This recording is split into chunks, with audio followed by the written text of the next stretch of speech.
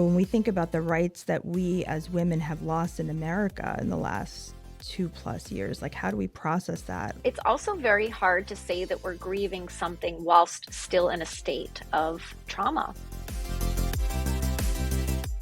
Welcome to Seriously Catherine, a self-confidence podcast for women who want to be taken seriously in the world of business. Here's your guest host, Dympna Weil.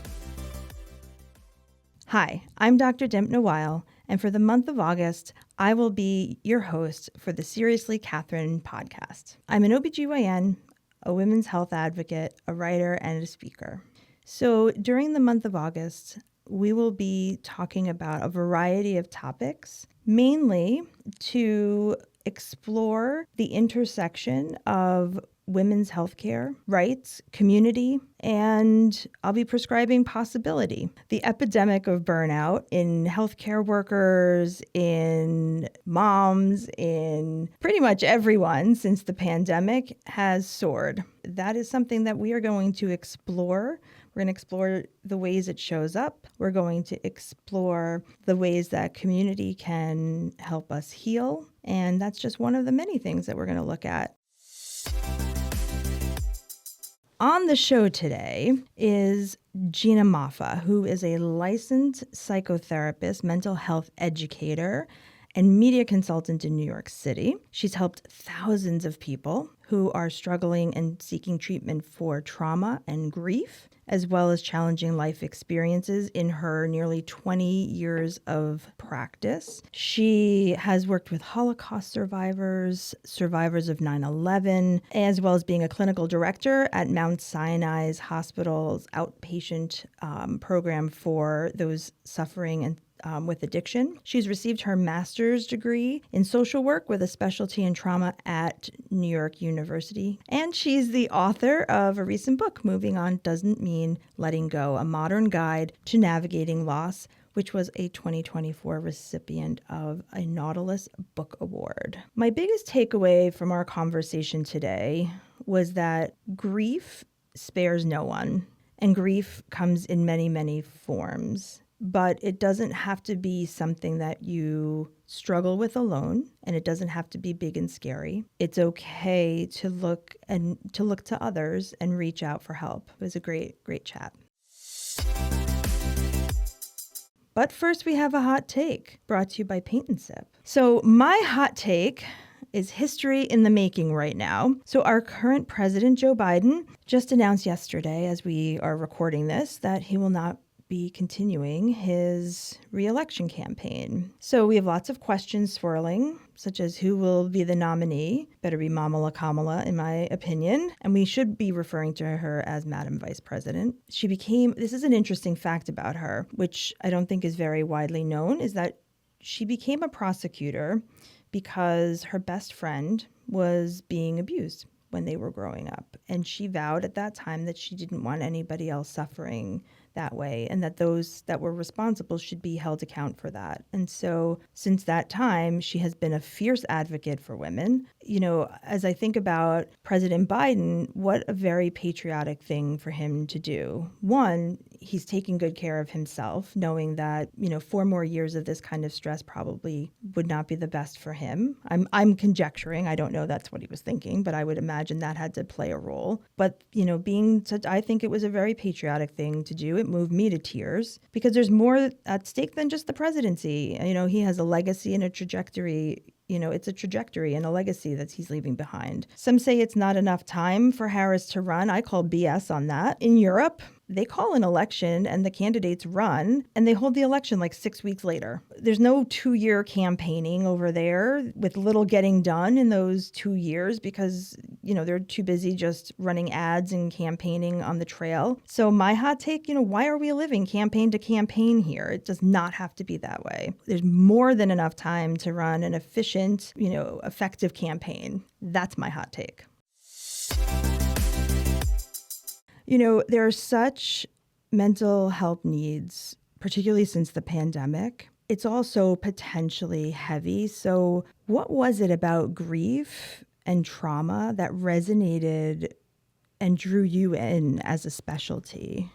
Well, I have been a licensed clinical social worker since 2004. When I started social work school at NYU, we were just on the heels of September 11th.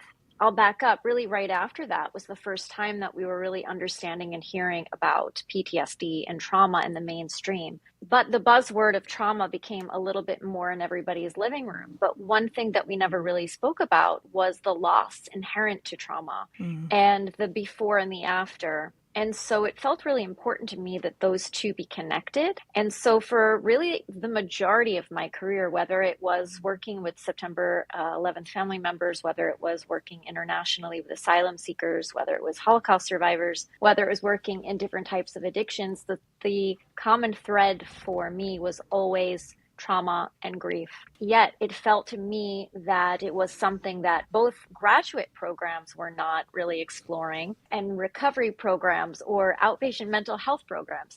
It's just a really interesting thing that grief is something that not many clinicians really feel comfortable with, but actually that mirrors the fact that society is not comfortable with it. So I've been doing this for a really long time, really trying to teach and bring awareness to the fact that grief and trauma are sisters, but that loss itself is really interwoven within most mental health issues and challenges that people are enduring. Yeah, it's so interesting that you go back to September 11th kind of being that defining event. I was in the city for that too, and I can attest to that feeling of just shared grief that was just permeating everyone. So that's an interesting event I think everybody can kind of relate to and understand. What I mentioned earlier is that you have you're an author of a beautiful book, Moving On Doesn't Mean Letting Go. In that book, you talk about a lot of different types of grief.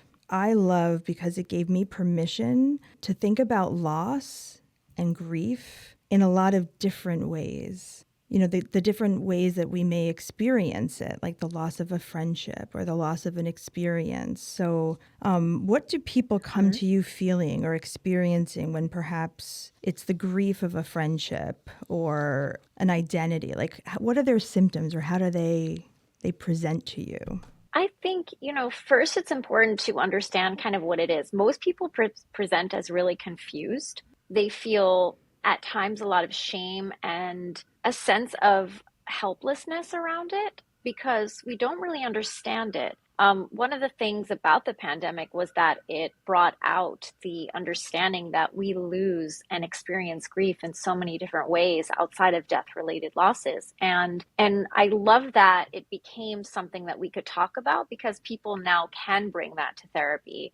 Whereas before, I think so many people were suffering in silence. I think the idea that people can come and say, and actually I've gotten so many calls from emerging adults right now, right? There's the loneliness epidemic out there, but yet so many people are in this good vibes only, throwing away friendships, or walking away from things. And yes, we should always walk away from toxic things and people. However, we've hit a place where many people are incredibly unsure in relationships. And then they become I want to say that they begin to feel a sense of unworthiness or confusion about who they are. So especially the younger generation, they're calling me saying, I lost my entire friend group. One person got upset with me and I've lost the entire group. I have nothing left. I have to start all over. I don't know, who I am. And it's something that's really common. And I just feel like our sense of identity in so many ways is wrapped up in the people we keep around us or as we get older, the things we do with our life, our careers, etc. But in our younger life, the sense of belonging is really what is our identity in that place. So it's been very hard. And so, a lot of confusion, a lot of shame, a lot of helplessness, a sense of hiding sometimes, like it's a different thing to come in and lose friendship or have an issue with our identity, questioning our identity. And it is a bit of not a bit, it's actually very ambiguous. So these are losses that are ambiguous losses. And that is really where there's no closure and there's no resolution. And so we have to create our own, which is really hard to do. And I think you hold such a tender space for people as you write about it. It's something that when you don't even realize that that it is a loss, that it is a grievable loss. Reading that and feeling so held in that space, it really, it does allow for such healing. And so it really does open up Thank you. Oh, you're welcome. Thank you for writing it.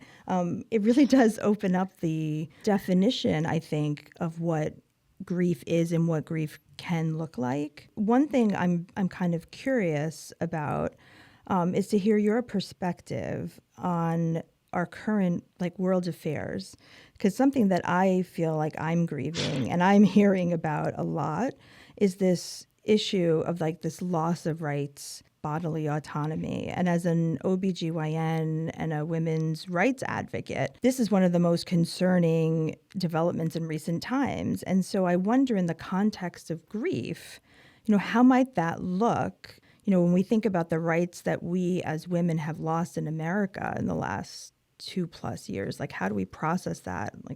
What can be done? Well, first of all, I want to say, I don't want to see any more legal precedent set where the government is regulating women's bodies. And we have to do whatever we can to keep that from happening federally. But, it's also very hard to say that we're grieving something whilst still in a state of trauma. Because we're in a state in the world right now where it's not like the ball has dropped. The ball keeps dropping and we don't really know what's next. And so it's been really hard to say that grief is the feeling outside of the sensation of shock and trauma, really scrambling to figure out how to stop the dam from breaking much, much more. And I think that two things happen with my clients, and I think we could see it on social media, is that people get fired up and they get angry and they sort of get into a performative place on social media just to get themselves, the ability to express their angst and the fear. And the other part of it is that people shut down. We're in the survival mode right now, I think, as women and hopefully parents of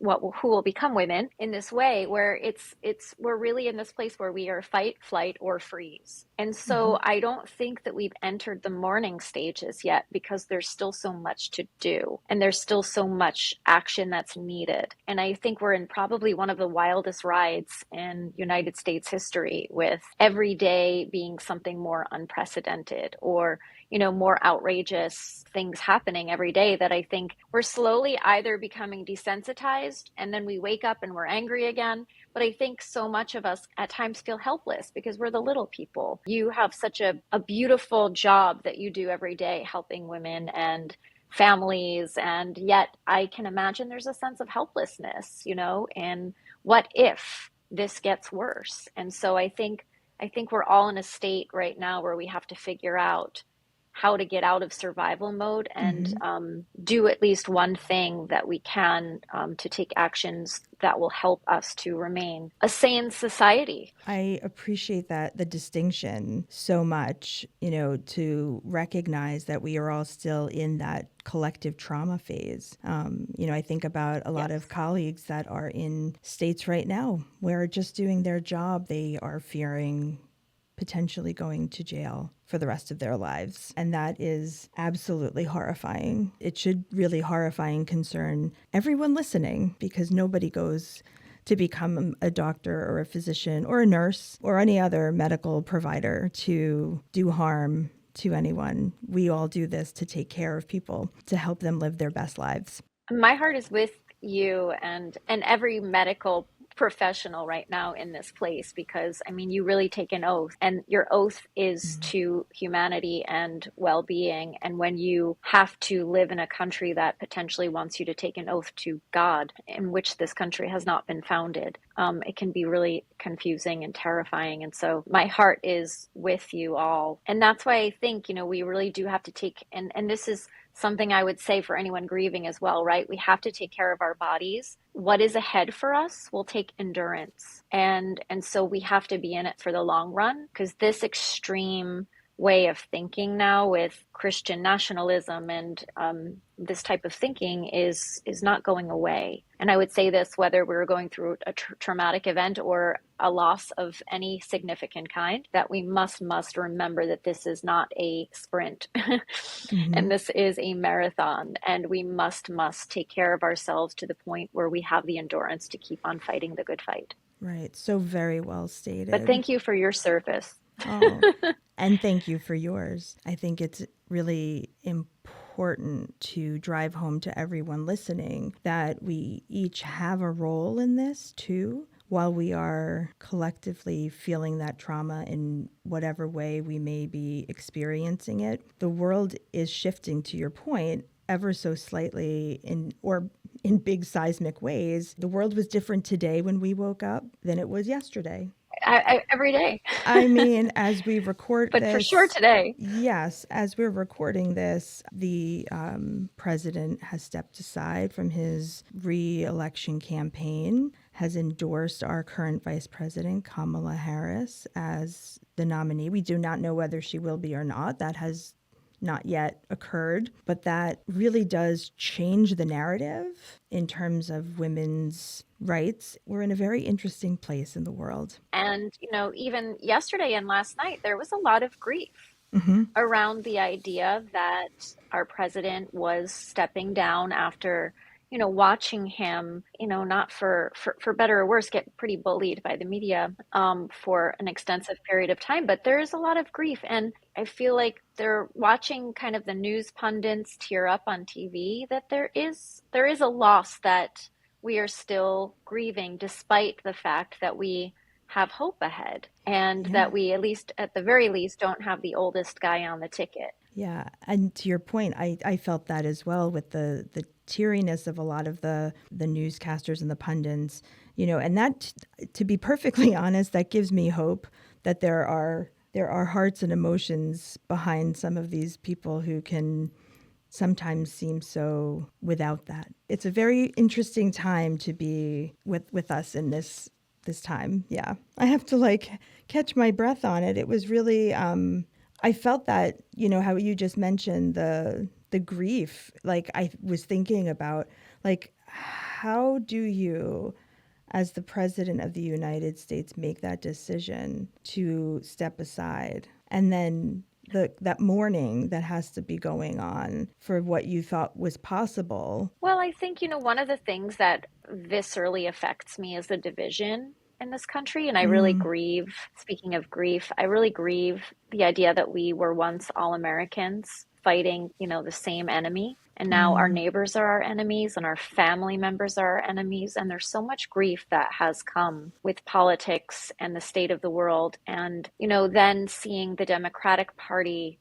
so divided and divisive, and the media really attacking, and politicians that we once revered and respected coming out to speak against the man who really in so many ways sacrificed much to become our president during a really chaotic time. I feel like the grief has sort of been coming for quite some time, and not that I'm, any kind of medium or charlatan here, but I imagine that his health has taken such a dive that I really find myself wondering, or at least I did yesterday when he stepped down, if she may take the White House sooner than later. But I think there's been a lot of grief that we just really haven't addressed as a nation, and it just continues to sort of get more and more and more diluted.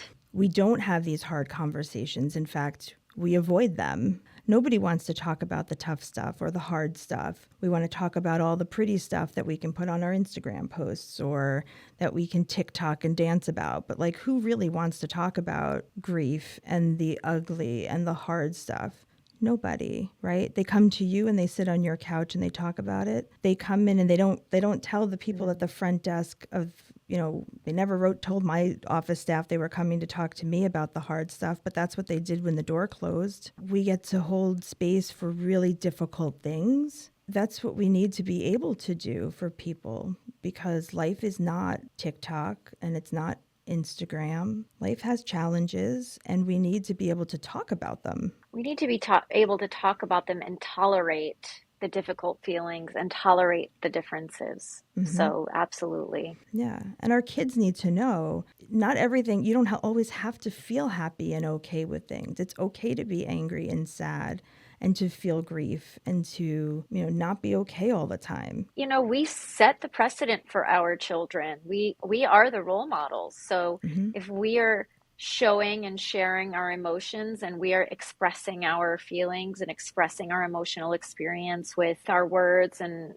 being healthy about it, we really model that for our children to be able to express themselves and express those hard feelings and know that there's a way to work through them and that they don't have to really destroy us. But I think we really set the models. We don't have to hide away our hard feelings and shove them inside or pretend they don't exist. In fact, that could be more damaging to our children. Related, but so when you were writing this book, Gina, what was something that you learned about yourself going through this process of book writing? Oh my goodness. A lot surprised me, not necessarily about myself, but I share my own story of losing my mother and being a grief therapist. Also thinking that because I was a trained grief and trauma therapist, that I had sort of this ability to stand on the top of a boulder with my victory flag and say, oh, I do this, I've got this. And being really pummeled by grief and sharing that was pretty vulnerable, but also human, and also just reliving that in some way. It was a really different experience for me to share. I'm not a therapist who will walk in and talk about my day, right, with my clients. I'm not somebody who's coming in and sharing. I want it to be about them.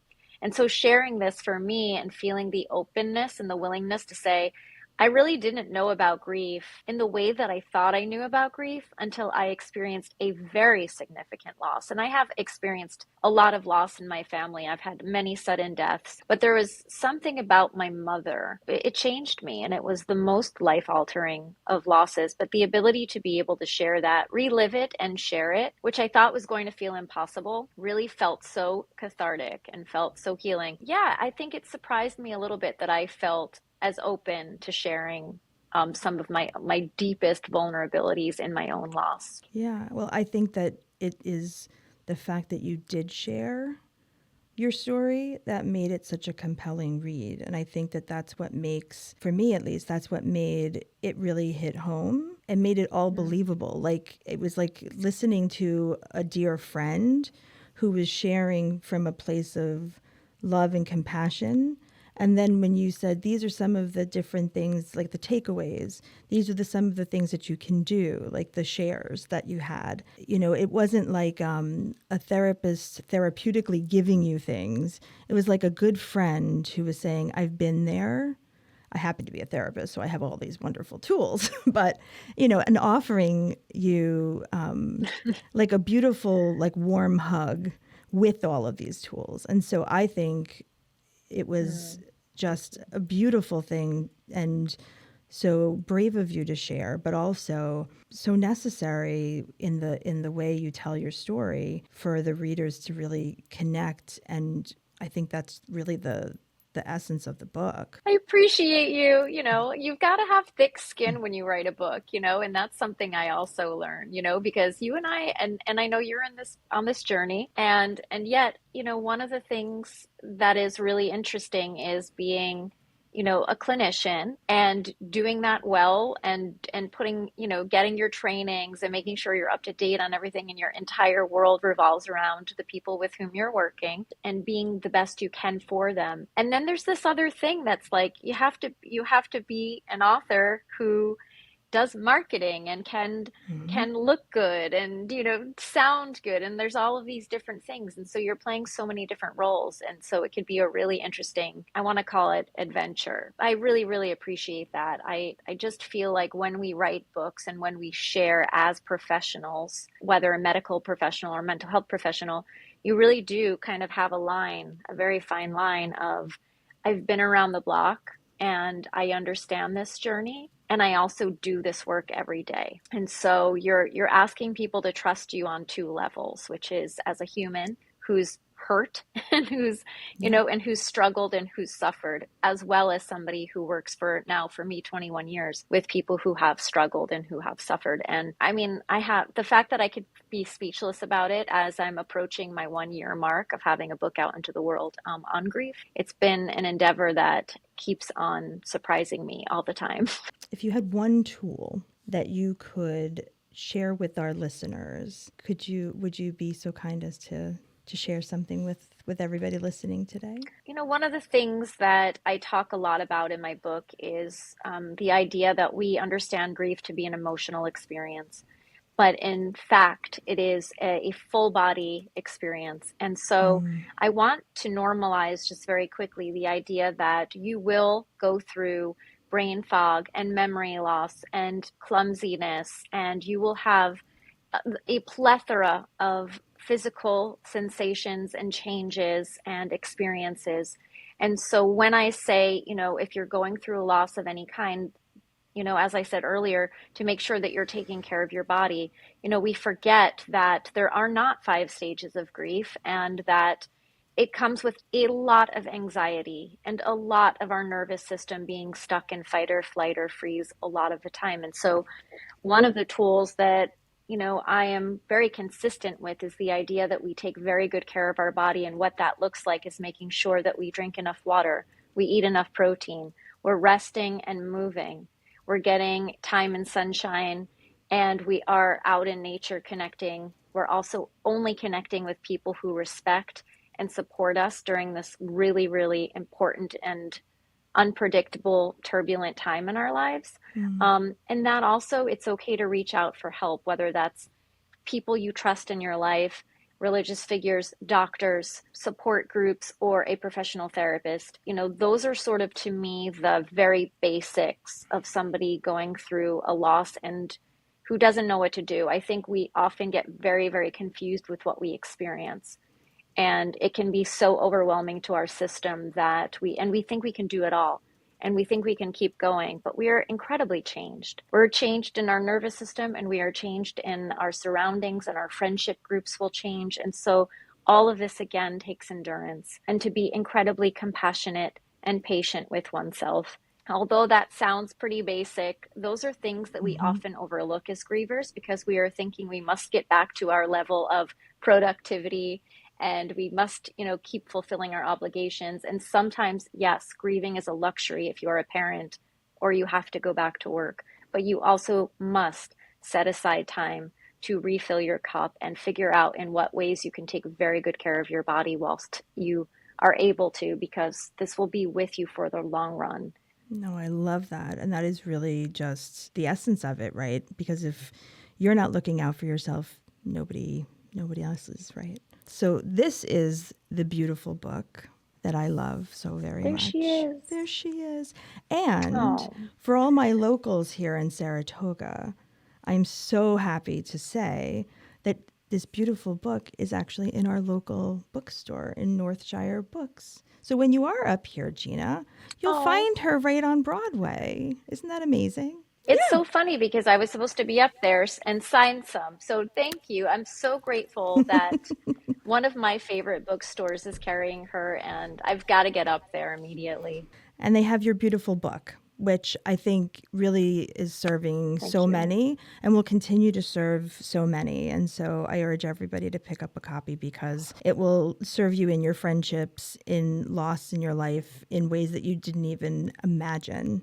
Yeah, I just want to thank you so much for taking time out of your busy life, seeing patients, and just changing the world in so very many ways. Any books, any other books coming? Oh my goodness, I do. I am currently, in fact, thank you for asking, I am working on my proposal for a book on friendship loss and navigating challenging friendships. So it was great that we started out with that because that is what I'm seeing so much of. And it is a passion of mine to help us all be better for one another and figure out what we need and how to surround ourselves with the people who can give that to us and the reciprocity of that. So I'm hoping to get that out into the world within a year at the very least. That is just, that's going to be amazing. Looking forward to it. I'll be on your pre-order list. Sign me I up. appreciate you. So, I appreciate you. so Gina Moffa, thank you very much for coming to the Prescribing Possibility podcast takeover here. Thank you, thank you. And I look forward to seeing you again soon. Likewise. Thank you for having me, and all the best. This is wonderful. I can't wait to watch you soar. Here is the Serious Business Lesson brought to you by the Palette community. Here's my serious business lesson. So not every thought that we have is true. So we have about 70 to 80,000 thoughts per day, and the majority of them are not actually true. So it's not that we're intentionally lying to ourselves, but our brains are sense-making machines, and they'll do their best to use the information around them to make the best educated guess that they can, like the supercomputers that they are. So that's why the game of telephone is so ridiculous sometimes and kind of hysterical. But no one's actually lying or giving you false info. Your brain is meaning finding and giving you an answer with conviction, and you just believe it. What if not everything we think is true? Well, when we find ourselves holding ourselves back or putting ourselves down or being mean or unkind to ourselves, that's a really good opportunity for us to take a look at the thought that put us there and then to question that thought. If the thought is not serving us well, we can get curious and question if it's true. So I'm going to give you an example. Let's say you have a business and you just met with a brand new client. That client decided not to sign up with you. You start thinking, well, I should just quit now. I stink at this. I can't get new clients. That person just didn't like me. So we can pick out one of those thoughts and we'll just say, for argument's sake, they didn't like me. Is that true? I mean, it may feel true in the moment. You might believe that it's true, like they don't like me, but are you 100% sure that that's actually true? Maybe the timing was just off. Maybe the client got sick and put hiring on hold. So maybe it actually had nothing to do with you. So maybe we can think about it a little differently. Instead of they didn't like me, all of these other things, you can go to a more neutral place. Maybe this had nothing to do with me. You don't even have to go to, this just wasn't my day or something positive, but just neutral. But it maybe had nothing to do with you. And that's, I think, the most important thing to remember. Our brains are trained to go to the negative always. That is just how they are wired. It's important to recognize when those thoughts start going. It's like a negative thought train. And when you interrupt it, that is all you need to do, is just interrupt it. Then you have a moment to pause and say, well, that might not even be true. Now we have our Saratoga Lifestyle segment brought to you by Saratoga Living After Hours. So here's something you might not know. Earlier this month, famed actress from Mamma Mia, Amanda Seyfried, who lives in the Catskills, by the way, stopped into Northshire Books here on Broadway to support her friend and author, Liz Moore, who was there talking about her new book, The God of the Woods, which is set in the Adirondacks. So she didn't stay too long, but it was really cool to have her here in town, stopping by the Spa City. So to find out more about what's going on around town, you can check our show notes and find the link to the Saratoga Living After Hours Substack and subscribe there. Thank you for listening to this podcast. And if you want to connect with me, slide into my DMs on Instagram. My handle is Catherine Hover.